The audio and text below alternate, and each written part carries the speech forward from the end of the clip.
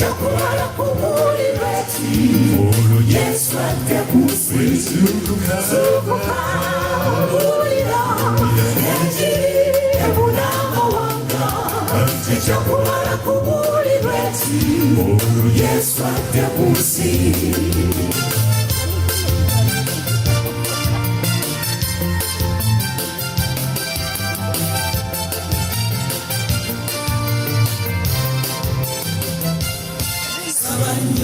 Umesawe wekeyo omanyi Satani yabwana nakubanya sula balonde chikafuo kuwa mwabo batwala sabo moya kulunda nyenga ekamucha Paulo agamba enjiri tembwa Sansoni mawulirega wakatonda enjiri tembwa Sansoni mawulirega wakatonda zukuka bulira enjiri ebuna amawanga chakumala kubulirwa olwo Yesu adde ku nsi zukuka bulira enjiri ebuna amawanga chakumala kubulirwa olwo Yesu adde ku nsi zukuka bulira enjiri ebuna amawanga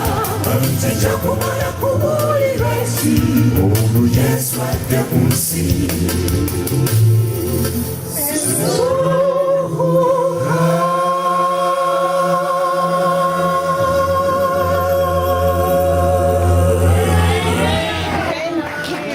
Era ffenna tufa ku lwabwe. Nze bwe nsonyiwa omuntu ne mugamba nti nkusonyiye, naye ate abaana ne babeera nga bakolimiddwa olw'ekikolimo ekyo,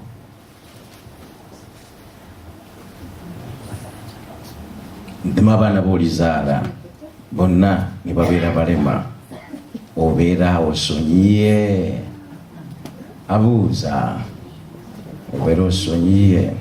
Ekibuuzo ekyo si kyangu kuddamu,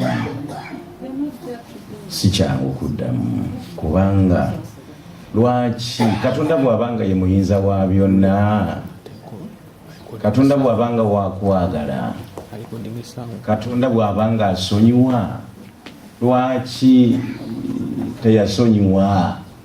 Lwaki tubonaabona? Lwaki tukyafa?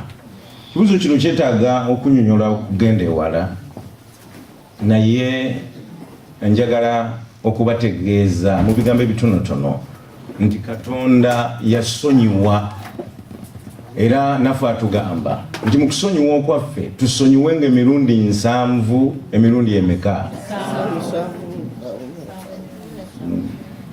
That is 490 olunaku. Ekitegeeza nti sonyiwa, ekyo kyali kitegeeza nti sonyiira ddala, sonyiwa. Yali tatusindika kubala, ewaawo ffe twagala tubibale, naye yali atugamba nti tulina okusonyiwa, tulina okusonyiwa. Era atugamba nti atasonyiwenga naye ayinza obutalaba bwakabaka bwa Katonda. Olwekyo Katonda asonyiwa, era Katonda okusonyiwa kwe kukulu nnyo, nti ekibi obuzibu bwakyo kyakwata Katonda awaluma. Setaani yali amaze okubeera mu ggulu ne Katonda. Bw'osoma mu kubikkulirwa essula 12 olunyiriri olw'omusanvu mu lutalo olwatandika mu ggulu, n'olw'12 okukka wansi awo, olutalo olwatandikira eyo. Naye Setaani bw'amala okutegeera nti Katonda atonze omuntu ku nsi kuno mu ngeri ye, mu kifaananyi kye, mu mbeera afugenga ensi eno n'ebiringa ebyo, Setaani n'agezaako okukwata Katonda awaluma, okumukuba awaluma. Kiringanga gwe omuzadde, omuntu bw'akukwatira ku mwana naye ng'alina kyamukoze. Ne bw'atyo Setaani bwe yakola, yategeera nti Katonda mu mbeera ze n'engeri ze talina ngeri yonna gy'agenda kuyima mu ggulu asigalire ekintu kisigalire awo, kubanga ekibi ekyo yali takikoze ku Katonda nti Katonda yalina okumusonyiwa naye yali akyekozeeko ate nga akoze ku sisitimu ya Katonda nayo yonna ng'agikyankalanyiza ne kibeera nti Katonda yali tasobola kugamba bugambi nti ekibi kisonyiyibwe. In fact okusonyiwa kwa Katonda kwali kuluma nnyo nti yasalawo Yesu Kristo ajje ku nsi kuno asobole okuyingira mu mbeera ey'ekibi gwe okusonyiyibwako kubeere nga omutango Yesu yakusasula. Kyali kizibu nnyo ekyenkaniddeawo nti Yesu bw'ategeera nti omuntu gwatonze mu kifaananyi kye mu ngeri ye ayonoonye yalina okujja asobole okusasula ye omutango ogwo. Bw'osoma mu Isaaya mwanyinaze bw'ogenda mu Isaaya essula ya 53 Isaaya 53 olunyiriri olw'okuna n'olw'okutaano Bayibuli ennyonnyola n'etulaga nti Katonda akkiriza Yesu aveeyo yeegaane obwakatonda bwe ajja abonebone ku lw'omuntu asobole okusasula ebbanja omuntu lyandibadde asasula. 53 olw'okuna n'olw'okutaano agamba atya? Tukuwe ku buno kwe buli.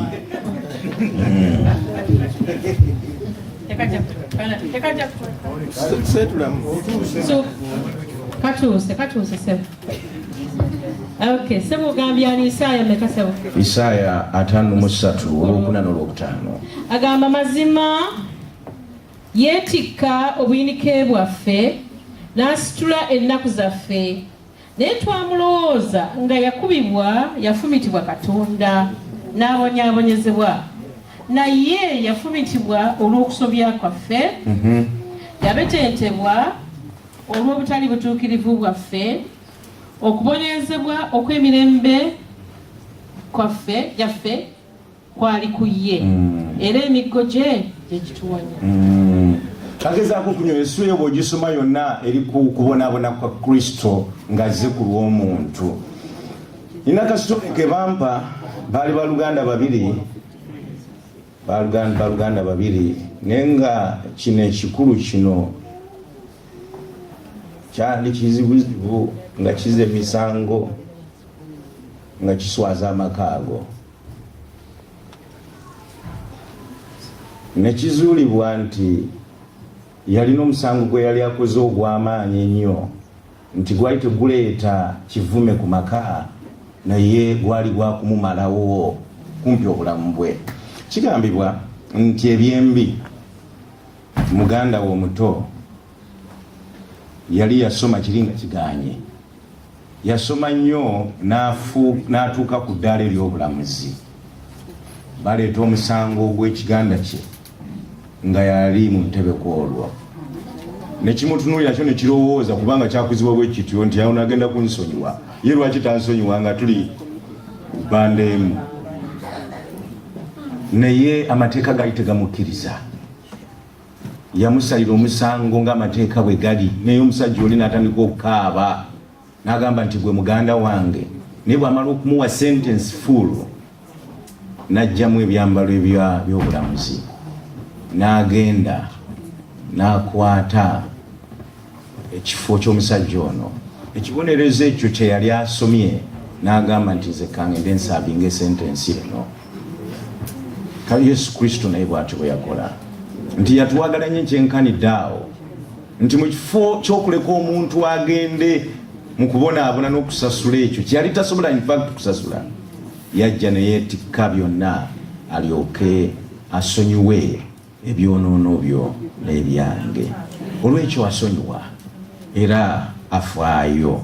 Bayibuli kyeva egamba mu Yokaana 3:16 olunyiri ffenna lwe tumanye ennyo nti Katonda bw'atyo bwe yayagala ensi n'okuwaayo n'awaayo omwana w'oyo Yesu nti buli muntu yenna akkiriza Yesu aleme okubula naye afune obulamu obutaggwaawo.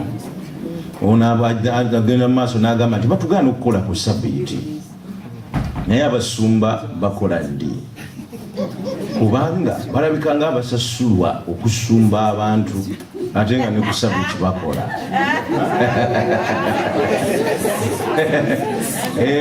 Ndowooza abadde yeetegereza nze kubanga janandaba nga ntuyana wano naye ng'amanyi nti ndi ku musaala.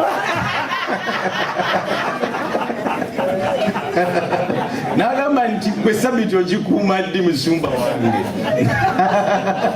This is a personal attack on us, eh? But I take it well. Bible tetuganangako kukola ku sabiti.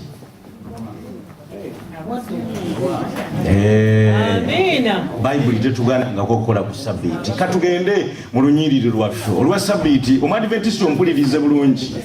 Bible tetuganangako kukola ku sabiti. Ngenda kamaliriza naye kamala okusoma olunyiriri olwo. Njagala ontegera amatu kuva essula 2 olunyiriri tusome olunyiriri olw'omunaana n'olw'omwenda.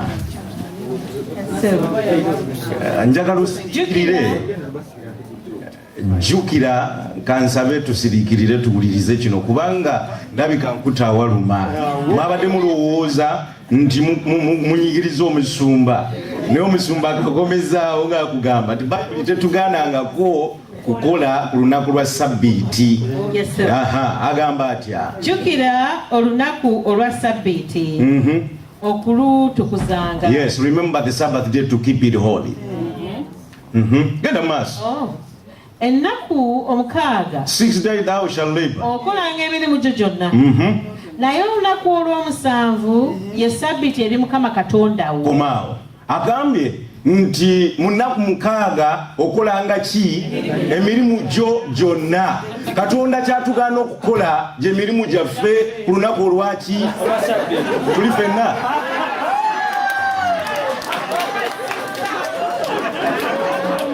Katonda atugamba bwe lutuuka ku lwa sabbiiti ebibyo biveeko, jangu okole ejaani egya Katonda. Kyova olaba nga ntuyana wano nga ndi ku mulimu gwa Mukama.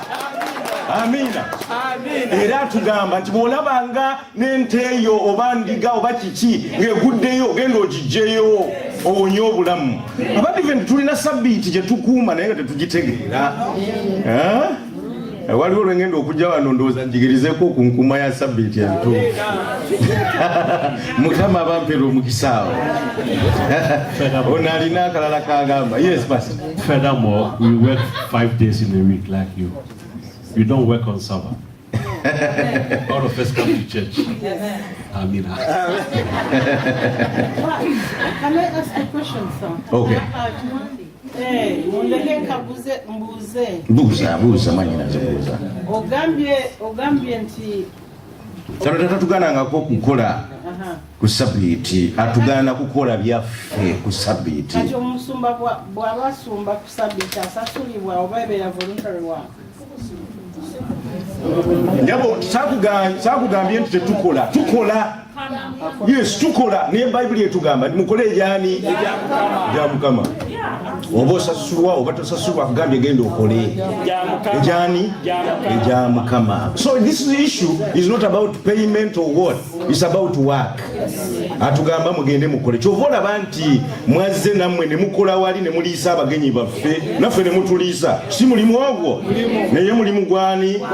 Gwa Mukama. Olwekyo Katonda atutuma era nawano osobola okufuluma n'engenda mbuulira oba nammwe ne mbatuma mugende mukole mutya? Mubuulire. Mujja kutuyanirayo, mujja kukoerayo, mujja kukomawo nga kibakubye naye nga muli kugwani? Gwa Mukama. Mufulume muweereze Mukama ku sabbiiti. Naye ebibyo bibakuganye olwaleero. Furthermore, you see, it's not only on pastors.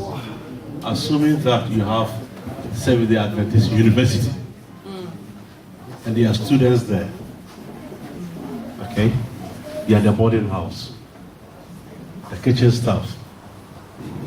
Should they work on Sabbath or not? They should. Why? Because they have to feed the Because they'll be paid. No, they have to feed the students. Should they work on Sabbath or not? Yes.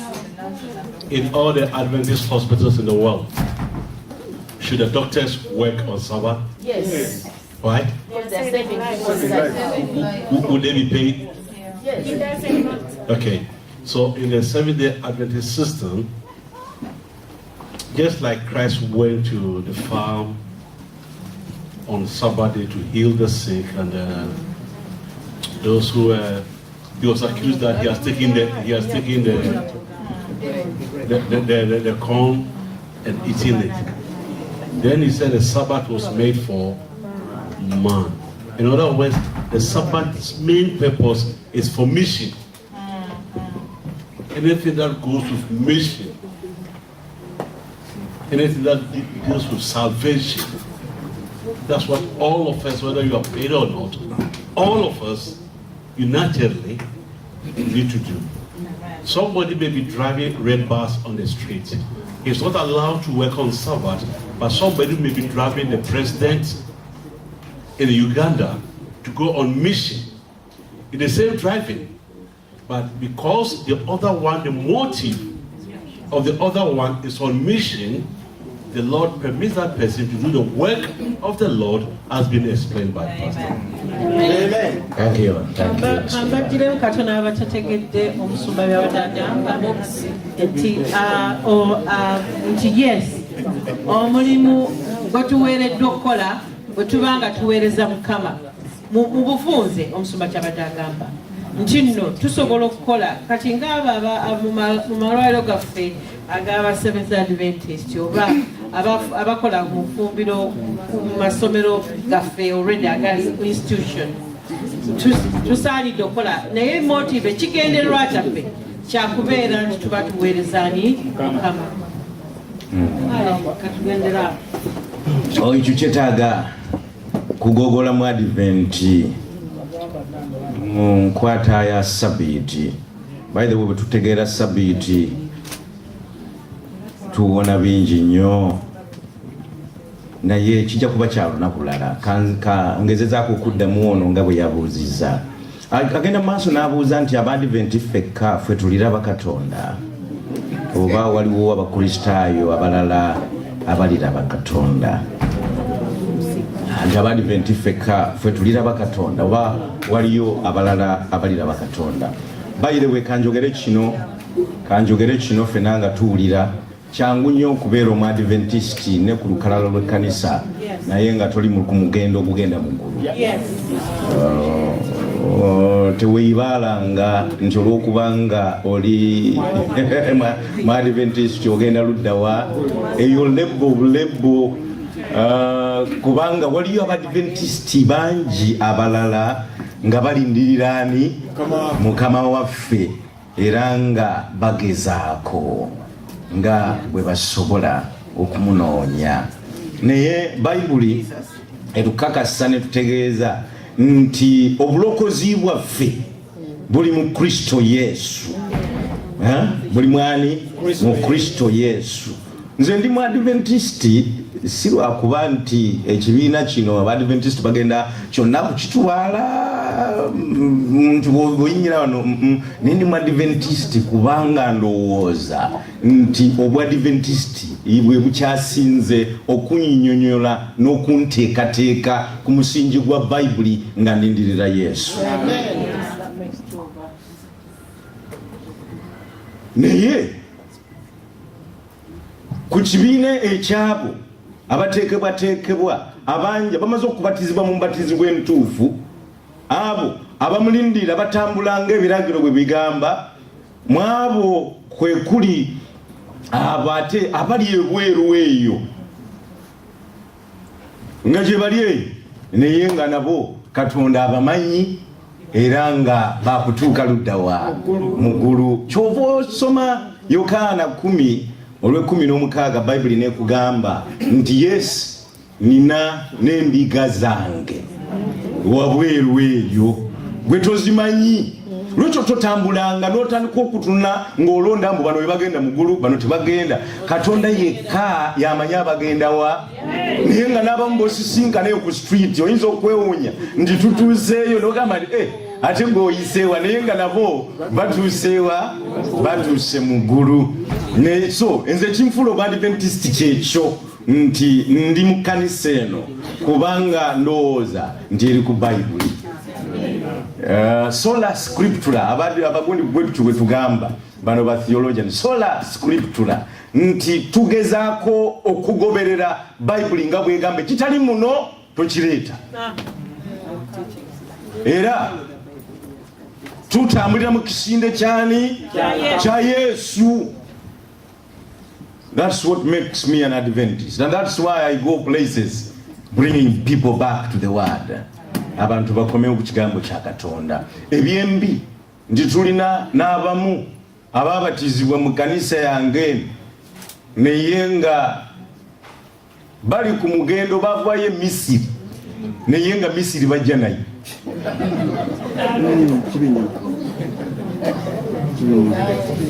Naye nga bamanyi n'okujerega abalala, amanyi n'okujerega abalala, ne balowooza mbu bo bali ku mugendo, naye baavaayo abasukka abasajja 6,000 e Misiri, naye baali 2 bokka abaasoboka ennyanja 2 ezo okugobeeka. Kyenva nkugamba Omuadventist wange akubona agambye nti Abadventist fekka, kyendowooza nti omukunze kuba kufe. Ne nkugamba Omuadventist wange ntigezaako okukomawo ku kigambo kya Katonda. Omwoyo wa Katonda kakulungamye nga tusuubira eggulu. Agamba nti ffenna abalizuukira tuliraba Katonda maaso na maaso, kubanga ebyawandiikibwa bigamba nti tewali yali alabye Katonda.